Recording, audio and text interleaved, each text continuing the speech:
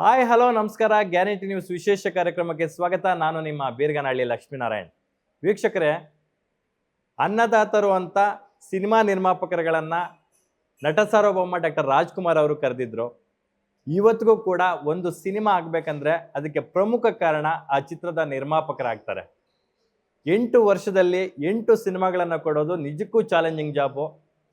So 8 ವರ್ಷಗಳ ಹಿಂದೆ ಕನ್ನಡ ಚಿತ್ರರಂಗದಲ್ಲಿ ಉಪ್ಪು ಹುಳಿ ಖಾರ ಅಂತಕ್ಕಂಥ ಒಂದು ಸಿನಿಮಾದ ಮೂಲಕ ಅನ್ನದಾತರಾಗಿ ಮಹದಾಸೆಯನ್ನ ಇಟ್ಕೊಂಡು ಮಹತ್ವದ ಹೆಜ್ಜೆಯನ್ನ ಇಡ್ತಾರೆ ಚಿತ್ರರಂಗಕ್ಕೆ ರಮೇಶ್ ರೆಡ್ಡಿ ಅಂತಕ್ಕಂಥ ನಿರ್ಮಾಪಕರು.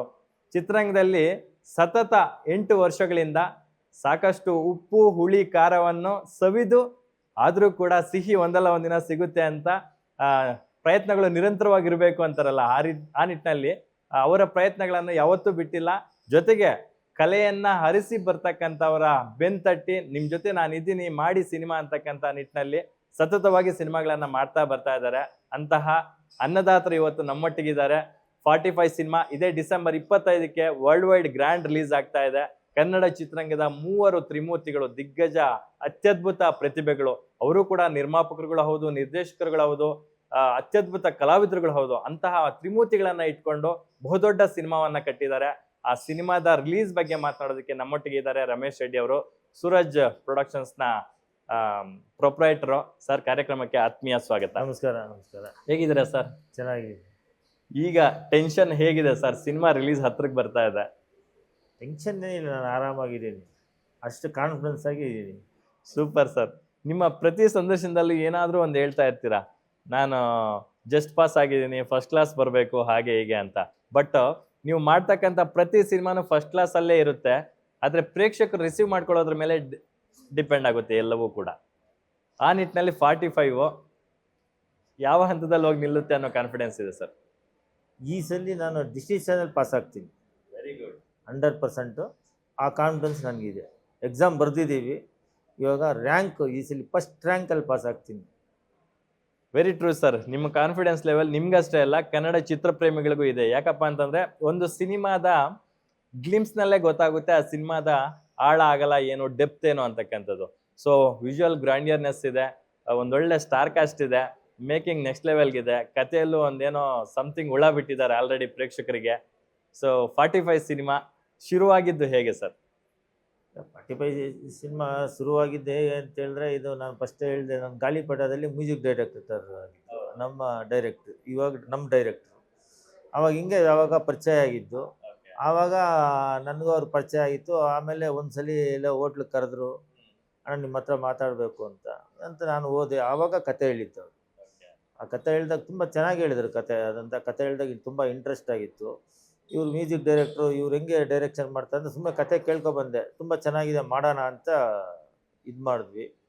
ಆಮೇಲೆ ಬರ್ತಾ ಅಂತ ಆಮೇಲೆ ಕೆಲವ್ರು ಹೇಳಿ ಇರ್ತಾರಲ್ಲ ಇದಂತ, ಇವು ಹೊಸ ಡೈರೆಕ್ಟ್ರು ಹೆಂಗೆ ಮಾಡ್ತಾರೋ ಏನೋ ಅಂತ. ಆಮೇಲೆ ನಾನು ಕೇಳಿದೆ, ಯಾಕಣ್ಣ ನಾನು ಕತೆ ಹೇಳಿದ್ದು ನಿಮ್ಗೆ ಇಷ್ಟ ಆಗಿಲ್ವಣ್ಣ? ಸರ್ ಕತೆ ತುಂಬ ಚೆನ್ನಾಗಿದೆ, ಸ್ಕ್ರೀನ್ ಮೇಲೆ ಅದೇ ಥರ ಬರಬೇಕಲ್ಲ ಸರ್ ಅಂತ ಹೇಳಿದ್ದಕ್ಕೆ. ಆವಾಗ ಆಯ್ತಣ್ಣ, ನಿಮ್ಗೆ ಒಂದು ಆನಿಮೇಷನ್ ಮಾಡೋಣ, ಆನಿಮೇಷನ್ ಮಾಡಿಬಿಟ್ಟು ಸ್ಕ್ರೀನ್ ಮೇಲೆ ನಾನು ತೋರಿಸ್ತೀನಿ, ನಿಮ್ಗೆ ಇಷ್ಟ ಇದ್ದರೆ ಪಿಕ್ಚರ್ ತೆಗೀರೋಣ, ಇಲ್ಲಾಂದರೆ ಬೇಡಣ್ಣ, ನಿಮ್ಗೆ ಕಾನ್ಫಿಡೆನ್ಸ್ ಇದ್ದರೆ ಮಾತ್ರ ಮುಂದೆ ಹೋಗೋಣ ಅಂತ ಹೇಳಿದ್ರು. ಆಯಿತು ಅಂತೇಳಿ ಆಮೇಲೆ 1 ವರ್ಷ ಆಯಿತು. ಅವರು ಆನಿಮೇಷನ್ ಮಾಡಿ ಅದು ಮಾಡಿ ಇದು ಮಾಡಿ ಅಂತ ನಾವು ಮಾತಾಡಿ ಬಂದ್ವಿ. ಸರಿ ಆನಿಮೇಷನ್ ಮಾಡ್ತಾ ಇದ್ದೀವಣ್ಣ ಅಂತ ಹೇಳ್ತಾ ಇದ್ರು. ಇವರು ಇನ್ನು ಏನು ಮಾಡ್ತಾರೆ, 6 ತಿಂಗಳಾಯಿತು, 7 ತಿಂಗಳಾಯಿತು, 8 ತಿಂಗಳಾಯಿತು, ಎಲ್ಲ ಆಯಿತು ಅಂತ. ಆಮೇಲೆ ಒಂದಿನ ಫೋನ್ ಮಾಡಿದ್ರು, 8, 9, 10 ತಿಂಗಳೇನೇ ಆಗೋಯ್ತೇನೋ, ಅಣ್ಣ ರೆಡಿ ಇದೆ ಬಂದು ನೋಡೋಣ ಅಂತೇಳಿದ್ರು. ಸರಿ ಸರ್ ಬರ್ತೀನಿ ಅಂದರೆ, ಎಲ್ಲಿ ಸರ್ ಅಂತೇಳಿದ್ರು. ಬನ್ನಿ ಚೆನ್ನೈಗೆ ಹೋಗೋಣ ಅಂತೇಳಿದ್ರು. ಚೆನ್ನೈಯಲ್ಲಿ ಒಂದು ಸ್ಟುಡಿಯೋದಲ್ಲಿ ತೋರಿಸಿದ್ರು. ನನಗೆ ಗೊತ್ತಿಲ್ಲ ಅವಾಗ ಮ್ಯೂಸಿಕ್ಕು ಡೈಲಾಗು ಫುಲ್ಲು ನಾವು ಫಿಲಮ್ ಹೆಂಗೆ ಮಾಡ್ತೀವಿ ಹಂಗೆ ಮಾಡಿದ್ರು. ಅನಿಮೇಟೆಡ್ ಮೂವಿಗೆನೆ ಎಲ್ಲನೂ ಲಿಪ್ಸಿಂಕು ಎಲ್ಲ ಮಾಡಿ ಡೈಲಾಗ್ ಸಮೇತ ತೋರಿಸಿದ್ರು. ನಿಮ್ಗೆ ಡೈಲಾಗ್ ಸಮೇತ ಎಲ್ಲ ತೋರಿಸಿದ್ರು. ಆವಾಗ ನೋಡಿದಾಗ ನನಗೇನಪ್ಪ ಈ ಥರ ಇದೆ ಅಂತ ಆವಾಗಲೇ ತುಂಬ ಇಂಟ್ರೆಸ್ಟ್ ಇತ್ತು. 2.25 ಅವರ್ ಆವಾಗಲೇ ಕೂರಿಸ್ತು, ಬೋರ್ ಆಗಿಲ್ಲ. ಅಂದರೆ ಡೈಲಾಗ್ಗಳು ಹಂಗೆ ಬರೆದಿದ್ರು. ಆವಾಗ ನನಗೆ ಅರ್ಜುನ್ ಜನ ಮೇಲೆ ಕಾನ್ಫಿಡೆನ್ಸ್ ಬಂತು. ಆಮೇಲೆ ಅದನ್ನು ನನಗೆ ಒಂದು ಪೆನ್ ಡ್ರೈವ್ ಎಲ್ಲ ಕೊಟ್ಟರು. ನಾನು ಮನೆಗೆ ಬಂದು ನಮ್ಮ ಮನೆಯವರು ನಮ್ಮ ಮಕ್ಕಳಿಗೆ ಎಲ್ಲರೂ ತೋರಿಸಿದಾಗ ತುಂಬ ಚೆನ್ನಾಗಿದೆ, ಮಾಡ್ಬೋದು, ಇದೇ ಥರ ತೆಗಿತಾರೆ ಅಂತ ಕೇಳಿದ್ರು. ಇಲ್ಲ ತೆಗಿತಾರೆ ಅಂತ ಹೇಳಿದ್ಮೇಲೆ ಆ ಥರ ಜರ್ನಿ ಸ್ಟಾರ್ಟ್ ಆಗಿತ್ತು. ಯೂಶ್ವಲಿ ನಾವು ಹಂಗೆ ತೆಗೆದ್ಬಿಡ್ತೀವಿ ಸರ್, ಹಿಂಗೆ ತೆಗೆದ್ಬಿಡ್ತೀವಿ ಸರ್, ಇಲ್ಲೊಂದು ಬಾಂಬ್ ಬ್ಲಾಸ್ಟ್ ಆಗುತ್ತೆ, ಅಲ್ಲೊಂದು ಕಾರ್ ಬರುತ್ತೆ, ಹಂಗೆ ಹಿಂಗೆ ಅಂತ ಹೇಳೋರು ಇರ್ತಾರೆ. ಆದರೆ ಇವ್ರು ಎಲ್ಲವನ್ನು ಅನಿಮೇಟೆಡ್ ಮಾಡ್ಕೊಂಡು ನಿಮಗೆ ಕಟ್ಟು ಎಕ್ಸಾಕ್ಟ್ ಸಿನಿಮಾ ಇಲ್ಲಿಂದ ಇಲ್ಲಿಗೆ ಫ್ರೇಮ್ ಟು ಫ್ರೇಮು ಹೀಗಿರುತ್ತೆ ಅಂತ ನಿಮ್ಗೊಂದು ಪಿಕ್ಚರೈಸೇಷನ್ ಮೊದಲೇ ಕೊಟ್ಬಿಟ್ಟಿದ್ರು. ಆ ನಿಟ್ಟಲ್ಲಿ ನಿಮ್ಮ ಕಾನ್ಫಿಡೆನ್ಸ್ ಲೆವೆಲ್ಲು ಜಾಸ್ತಿ ಆಯಿತು. ಸೊ ಹಂಗಾಗಿ ನೀವು ಸಿನಿಮಾಗೆ ಓಕೆ ಅಂದರೆ. ಬಟ್ ಸಿನಿಮಾದ ಸ್ಟಾರ್ ಕಾಸ್ಟ್ ವಿಚಾರಕ್ಕೆ ಬಂದಾಗ ಇಷ್ಟು ಬ್ಯುಸಿಯೆಸ್ಟ್ ಶೆಡ್ಯೂಲ್ ಆಗ್ತಾ ಇದ್ರು ಅಲ್ಲಲ್ಲಿ ನನಗೆ ಆನಿಮೇಷನ್ ಅಲ್ಲೇ ಹೆಸರುಗಳಾಗ್ತಾ ಇದ್ರು. ಇಲ್ಲಂತ Shivraj Kumar dash dash dash ಅಂತಂದು ನಾನು ಆವಾಗ ಅನ್ಕೊಂಡಿದ್ದೇನೆ ಸರ್ ಅಂತ, ಸರಿ ಕತೆ ಒಪ್ತಾರ ಅಣ್ಣ ಅವರು ಅಂತ. ನಿನ್ಗೆ ಯಾಕಣ್ಣ ಇರೋಣ, ನಿನ್ಗೆ ಯಾಕಣ್ಣ ಅಂತಂತ. ಆಮೇಲೆ ಬೆಂಗಳೂರು ಬಂದಿದ್ರೆ ಅಣ್ಣ ಶಿವಣ್ಣನಿಗೆ ಹೇಳಿದ್ದೀನಿ ಕತೆ ಮಾಡ್ತಾರೆ ಅಂತ. ಫಸ್ಟ್ ಮಾಡಿ ಸರ್ ಕೆಲಸ, ಫಸ್ಟ್ ಸ್ಟಾರ್ಟ್ ಮಾಡೋಣ ಬಿಡಿ. ಶಿವಣ್ಣ ಅಂದರೆ ಶಿವಣ್ಣ ಫ್ಯಾನ್ಸ್ ನಾನು, ನೀವು ಶುರು ಮಾಡೋಣ. ಶಿವಣ್ಣ ಅಂದರೆ ಬಿಡಿ ಸರ್ ಅಂತ ನಾನು ಆವಾಗಲೇ ಅವ್ರು ಗ್ರೀನ್ ಸಿಗ್ನಲ್ ಕೊಟ್ಟೆ. ಫಸ್ಟ್ ಶಿವಣ್ಣ ಅವ್ರು ಇನ್ ಆಗ್ತಾರೆ ಈ ಸಿನಿಮಾಗೆ. ನೆಕ್ಸ್ಟ್ ಎರಡನೇ ಕ್ಯಾರೆಕ್ಟರ್ ಆಗಿ ಉಪೇಂದ್ರ ಅವ್ರು ಬರ್ತಾರೆ. ರಾಜ್ಬೀರ್ ಶೆಟ್ಟಿ ಸಸ್ಪೆನ್ಸ್ ಬಿಟ್ಕೊಳ್ಳಿಲ್ಲ, ಇನ್ನೊಂದು ನೆಕ್ಸ್ಟ್ ಕ್ಯಾರೆಕ್ಟರ್ ಅಂತ ಹೇಳ್ತೀನಿ ಇರೋಣ, ಹೇಳ್ತೀರಣ ಅಂತ ಹೇಳ್ಬಿಟ್ಟು. ಆವಾಗ ನೆಕ್ಸ್ಟ್ ಕ್ಯಾರೆಕ್ಟರ್ ಅಂತ ಫೋನ್ ಮಾಡಿದ್ರು, ಅಣ್ಣ ಬನ್ನಿ ಅಂತೇಳಿ ಹೇಳೋಣ ಅಂತ. ಆವಾಗ ನನ್ನನ್ನು ಕರ್ಕೊಂಡು ಹೋದ್ರು ಉಪೇಂದ್ರ ಸರ್ ಹತ್ರ ಕರ್ಕೊಂಡು ಹೋಗ್ಬಿಟ್ಟು ಕತೆ ಹೇಳಿದ್ರು. ನಾನು ಸುಮ್ಮನೆ ಇದ್ದೆ ಆವಾಗ ಅಂತಂತ, ನಾನು ಸುಮ್ಮನೆ ಕೂತಿದ್ದೆ ಅಂತ ಅವಾಗ ಹೇಳ್ತಾ ಇದ್ದು ಅಂತ ಏನು ಗುರುಗಳೇ ಈ ಥರ ಮಾಡಿದ್ದೀರಾ, ತುಂಬ ಚೆನ್ನಾಗಿದೆ ಅಂತ ಅರ್ಜುನ್ ಸರ್ಗೆ ಹೇಳ್ತಾ ಇದ್ದು. ಆವಾಗ ನಾನು ಆವಾಗ ಸರ್ ಕತೆ ಚೆನ್ನಾಗಿದೆಯಾ ಸರ್, ಸೂಪರ್ ಆಗಿದೆ ಅಂತ ನಾನು ಕೇಳ್ತಾ ಇದ್ದೆ. ಅರ್ಜುನ್ ಸರ್ ಹತ್ರ ಅವ್ರು ಮಾತಾಡ್ಬಿಟ್ಟು ತುಂಬ ಆಗಿದೆ, ಮಾಡೋಣ ಗುರುಗಳೇ ಮಾಡೋಣ ಅಂತೇಳಿ. ಹೌದು, ಆವಾಗ ನನಗಿನ್ನೂ ಖುಷಿ ಆಗೋಯ್ತು. ಸರಿ, ಆಮೇಲೆ ಆಗ್ತಾ ಮತ್ತೆ ಒಂದು ತಿಂಗಳಾಯಿತು. ನೆಕ್ಸ್ಟ್ ಇನ್ನೊಂದು ಕ್ಯಾರೆಕ್ಟರ್ ಬೇಕು ಸರ್ ಅಂತ ಮಾಡ್ತಾ ಇದ್ದೀನಣ್ಣ. ಆಮೇಲೆ ರಾಜ್ಬೀರ್ ಶೆಟ್ಟಿ ಸರ್ ಅವ್ರು ಒಪ್ತಾರ ಸರ್ ಈ ಕಥೆನ, ದೊಡ್ಡ ಹೀರೋಗಳಿದ್ದಾರೆ ಸರ್ ಒಪ್ತಾರ ಸರ್ ಅಂತ.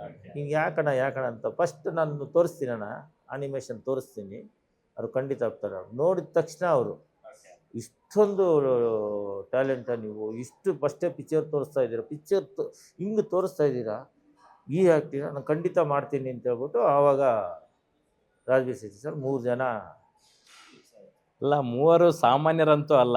ಶಿವಣ್ಣ ಅವರಂತೂ ವರ್ಷದ 325 ದಿನ ಕೂಡ ಬ್ಯುಸಿ ಇರ್ತಕ್ಕಂಥ ಏಕೈಕ ನಟ. ಉಪೇಂದ್ರ ಅವರು ಪರಭಾಷೆಗಳಲ್ಲೂ ಬ್ಯುಸಿ, ಡೈರೆಕ್ಷನ್ನು, ಆ್ಯಕ್ಟಿಂಗು ಅವರು ಬ್ಯುಸಿ ಇರ್ತಕ್ಕಂಥ ನಟ. ಇನ್ನು ರಾಜ್ಬೀರ್ ಶೆಟ್ಟಿ ಅವರಂತೂ ಸಣ್ಣ ಸಿನಿಮಾದಿಂದ 100 ಕೋಟಿ ಕೂಡ ಕಲೆಕ್ಷನ್ ಮಾಡ್ಬೋದು ಅನ್ನೋದನ್ನ ತೋರಿಸ್ಕೊಟ್ಟಂಥವ್ರು. ಅವರು ಪರಭಾಷೆಗಳಲ್ಲೂ ಬ್ಯುಸಿ ಇದ್ದಾರೆ, ಸ್ವಂತ ಸ್ಕ್ರಿಪ್ಟ್ಗಳು, ಒಂದಷ್ಟು ಕಮಿಟ್ ಆಗಿರೋ ಸಿನಿಮಾಗಳು, ಮೋಸ್ಟ್ ವರ್ಸಟೈಲ್ ಆಕ್ಟರು. ಇವರೆಲ್ಲರೂ ಒಪ್ಪಿ ಈ ಕತೆಗೆ ಗ್ರೀನ್ ಸಿಗ್ನಲ್ ಕೊಡೋದಕ್ಕೆ ಒಂದೇ ಒಂದು ಕಾರಣ, ಕತೆ ಚೆನ್ನಾಗಿದೆ. ಕತೆ ಫಸ್ಟೇ ನಾವು ಪಿಕ್ಚರ್ ತೆಗಿಯೋಕೆ ಮುಂಚೆ ಪಿಕ್ಚರ್ ತೋರಿಸ್ತಿರಲ್ಲ ನಮ್ಮ ಅರ್ಜುನ್ ಸರ್, ಅದು that is the impressive point. ಹೌದು ಅಂತ ಯಾರ್ದು ಎಷ್ಟು ಅಂತ ನೀಟಾಗಿತ್ತು ಅನ್ನೋದು ನೋಡ್ಬೇಕಾದ್ರೆ ಗೊತ್ತಾಗ್ಬಿಡುತ್ತೆ. ಇವಾಗ ನೆಕ್ಸ್ಟ್ ನಾವು ಆನಿಮೇಷನ್ ಪಿಕ್ಚರ್ ಏನೋ ರಿಲೀಸ್ ಮಾಡಿದ್ರೆ ಖಂಡಿತ ಜನ ನೋಡ್ತಾರೆ, ಆ ಥರ ಇಂಟ್ರೆಸ್ಟ್ ಆಗಿತ್ತು. ನಾನು ಎಲ್ಲೋ ಒಂದು ಕಡೆ ಉಪೇಂದ್ರ ಅವರಿಂದ ಅರ್ಜುನ್ ಜನ್ಯ ಅವರು ತುಂಬ ಇನ್ಸ್ಪೈರ್ ಆಗಿದ್ದಾರೆ ಅನಿಸುತ್ತೆ. ಏನಕ್ಕಂದರೆ ಟೈಟಲ್ 45 ಅಂತಿಟ್ರು ಡಿಫ್ರೆಂಟ್ ಆಗಿ. ಕತೆ ಕೂಡ ಟೀಸರ್ ಬಿಟ್ಟಾಗ್ಲೂ ಏನೋ ಒಂದು ಹುಳ ಬಿಟ್ಟರು, ಟ್ರೈಲರ್ ಬಿಟ್ಟಾಗ ಇನ್ನಷ್ಟು ಹುಳಗಳು ಬಿಟ್ಟಿದ್ದಾರೆ.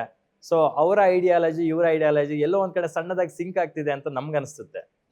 ಅದನ್ನ ಐಡಿಯಾ ನನಗೆ ಗೊತ್ತಿಲ್ಲ. ಕಥೆಯಲ್ಲಿ ಏನಿದೆಯೋ ಅದು ಮಾಡಿದ್ದಾರೆ ಅರ್ಜುನ್ ಜನ. ನಮ್ಮ ಕಥೆಯಲ್ಲಿ ಏನಿದೆಯೋ ಆ ಕಥೆಯಲ್ಲಿ ಏನಿದೆಯೋ ಅದೇ ಮಾಡಿರೋದು. ನಿಮಗೆ ಟ್ರೈಲರಲ್ಲಿ ಏನಿದೆಯೋ, ಟೀಸರ್ ಆಗಲಿ ಟ್ರೈಲರ್ ಆಗಲಿ, ಕಥೆಯಲ್ಲಿ ಏನಿದೆಯೋ ಅದೇ ಮಾಡಿರೋದು. ಅದು ಇರ್ಬೋದು, ಅದು ಇಲ್ಲದೆ ಇರ್ಬೋದು, ನನಗೆ ಅದ್ರ ಬಗ್ಗೆ ನನಗೆ ಗೊತ್ತಿಲ್ಲ. ಗ್ಯಾರಂಟಿ ನ್ಯೂಸ್, ಸುದ್ದಿ ಖಚಿತ, ನ್ಯಾಯ ನಿಶ್ಚಿತ.